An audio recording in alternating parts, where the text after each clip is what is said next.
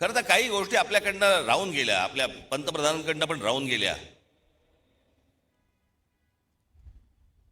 जो इराण इतकी वर्ष आपल्याला साथ देत होता,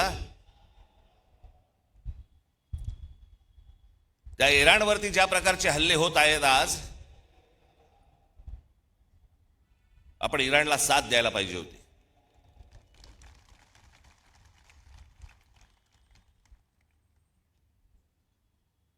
या देशामध्ये येणारं सगळं बरचसं तेल हे इराणमध्ये येतं, ते आपल्याला रुपयामध्ये देतात, देत आले. पुढचं मला माहित नाही, पण खामेनी गेल्यानंतर देखील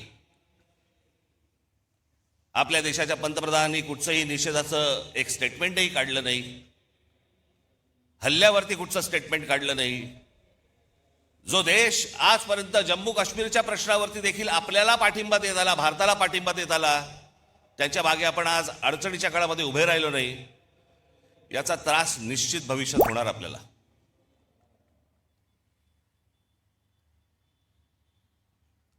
आज सगळ्या बाजूने समजतच नाही की नेमके आपण कुठे चाललो आहोत, काय चाललो आहोत.